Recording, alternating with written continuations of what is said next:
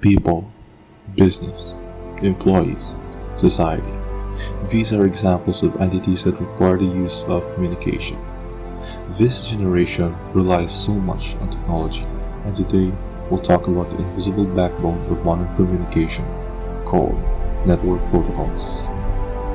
Hi, my name is Brian, and today me and my teammates will be presenting all about network protocols. And so here are the representatives for today, Darlene and Chary, and each of us will be covering about the OSI model, the types of protocols, and its different functions. This presentation will delve into the OSI model, a conceptual framework that breaks down network communication into 7 distinct layers.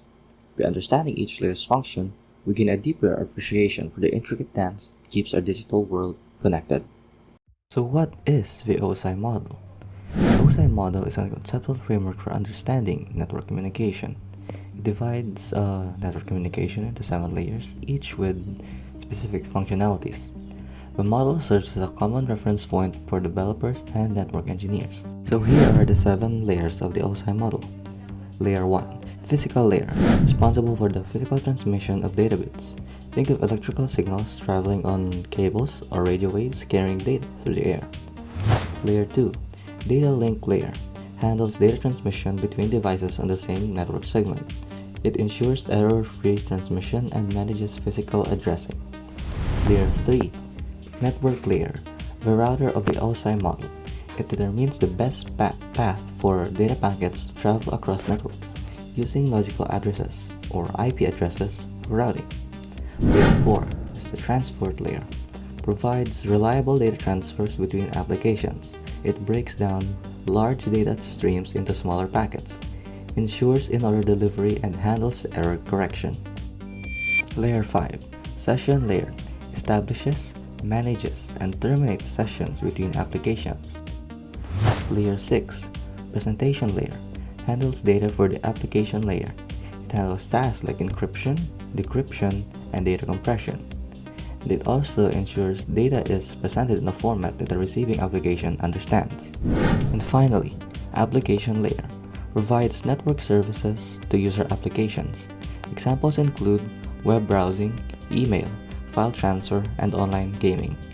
This is the layer where users interact with the most. So those are the 7 layers of the OSI model. By understanding how each layer interacts, we can better troubleshoot network problems. Developers can use the OSI model as a blueprint to create protocols that ensure smooth communication between different network devices and applications.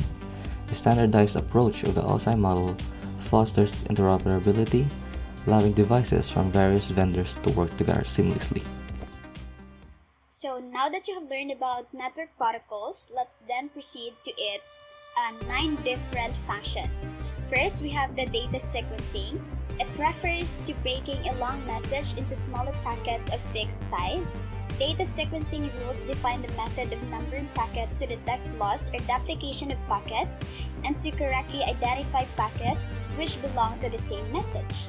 Next, we have the data routing. It defines as the most efficient path between the source and the destination. Next, we have the data formatting. It defines which group of bits or characters within packets constitute data, control, addressing, or the other information. So we have the flow control. A communication protocol also prevents a fast sender from overwhelming a slow receiver. Next, we have the error control.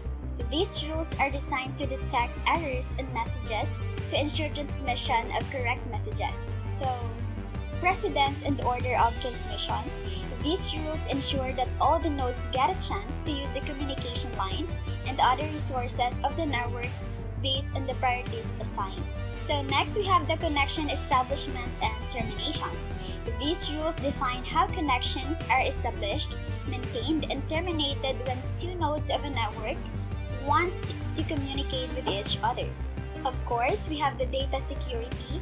Providing data security and privacy is also built into most communication software packages. It prevents access of data by unauthorized users.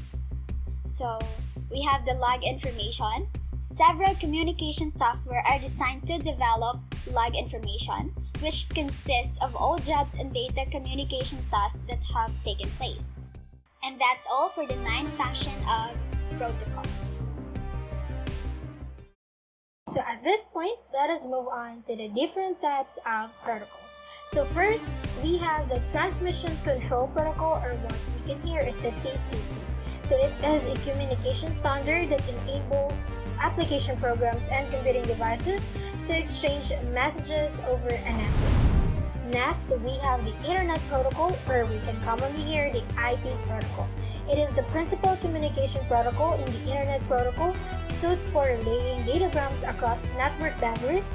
Its routing function enables Internet working and essentially establishes the Internet. We have the User Datagram Protocol, or what we can hear as the UDP.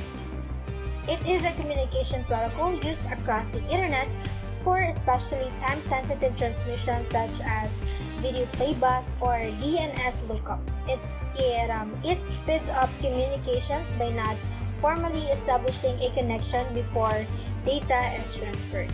Next, we have the Post Office Protocol, or the POP, or the POP. It is an application layer Internet standard protocol used by email clients to retrieve email from a mail server. POP version 3 is now the commonly used version. Next, let's go to Simple Mail Transport Protocol, or the SMTP. It is an Internet standard communication protocol for electronic mail transmission. File Transfer Protocol, or the FTP. It is widely used network protocol for transferring files between computers over a TCP or the IP network.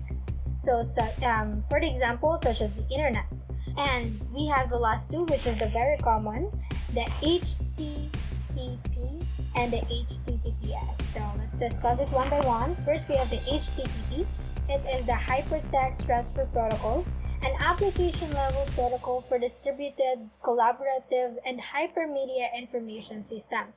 And the last one, the Hypertext Transfer Protocol Secure, or the HTTPS. It is an Internet communication protocol that protects the privacy of user data between their browser and websites. So, for the most common network protocols, we have 5. First, we have the Internet, the local talk, the token ring, the FDDI, and lastly, the ATM. So I hope you guys learned something from us.